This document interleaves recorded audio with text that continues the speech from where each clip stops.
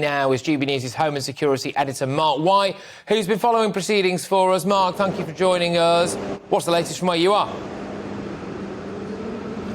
Afternoon, Patrick. Yeah, this is a crucial, really, few days of hearing as far as Liz Truss is concerned, because she is wedded to the Rwanda policy. She said that throughout her campaign for the leadership of the Conservative Party, and so we now have that playing out in the court, this judicial review challenging the legality of the Rwanda policy. And what we heard today as the sides for both the government through the Home Office and, of course, those other side of the debate represented by charities, human rights charities, the Public Service Union and representatives of a number of asylum seekers, is that the policy in their view is unlawful. They claimed that Rwanda was a one-party authoritarian state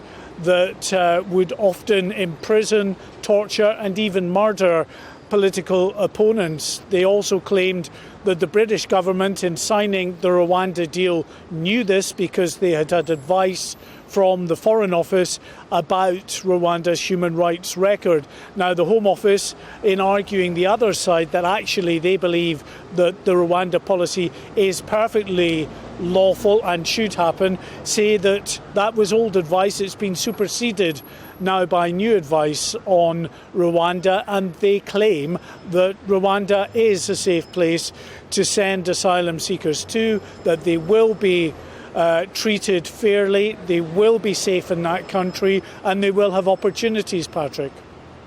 Absolutely. I mean, it's a huge day, this, of course, in numerous fronts. Got a new Conservative leader, soon to be a new Prime Minister. We've got this Rwanda issue taking place as well. And this will be a huge thing going forward for Liz Truss, especially with the kind of numbers that we're seeing coming across the Channel, Mark.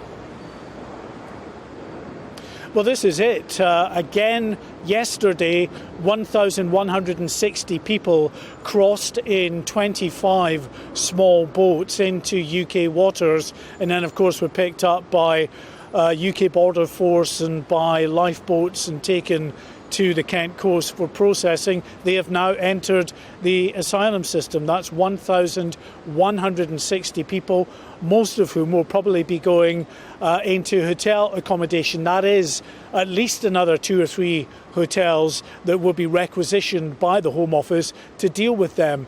The day before, on Saturday, 960 crossed, so more than 2,100 just over this weekend alone. The figure for the year to date is 27,500. We're just over 1,000 short of the total for the whole of last year, which was just over 28,500. And of course, we've still got 4 months of the year left to run, often the busiest months of the year as well. So it has never been more urgent in terms of the to-do list for Liz Truss when she takes over at Downing Street. As I say, she says she's married to the Rwanda deal. However, in terms of actually getting anybody on a flight to Rwanda, it could well be some time off, because this hearing this week is 5 days, Patrick.